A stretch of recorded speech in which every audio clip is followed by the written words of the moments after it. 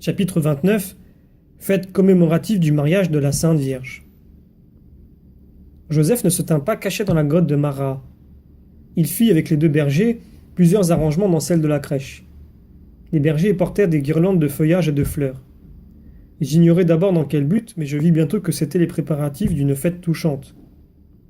Joseph profitait de l'absence de la Sainte Vierge pour orner, avec l'aide des bergers, la grotte de la crèche, où ils voulaient célébrer l'anniversaire de leur mariage.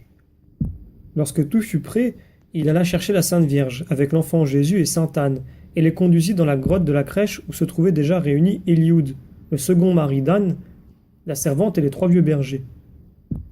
Que je fus ému de voir leur transport de joie, au moment où la Sainte Vierge apporta l'enfant Jésus dans la grotte.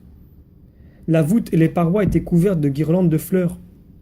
Au milieu, il y avait une table dressée pour le repas. Le sol, le contour inférieur de la grotte et la table étaient revêtus de belles couvertures données par les rois. Une pyramide de feuillages et de fleurs s'élevait de la table jusqu'à l'ouverture de la voûte. Elle se terminait par un rameau sur lequel était posée une colombe artificielle. Toute la grotte resplendissait d'une lumière éclatante.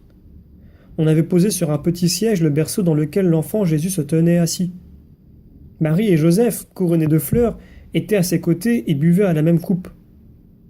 Outre les parents, il y avait là les vieux bergers. Pendant leur joyeux et frugal repas, on chanta des psaumes et je vis des chœurs d'anges paraître dans la grotte.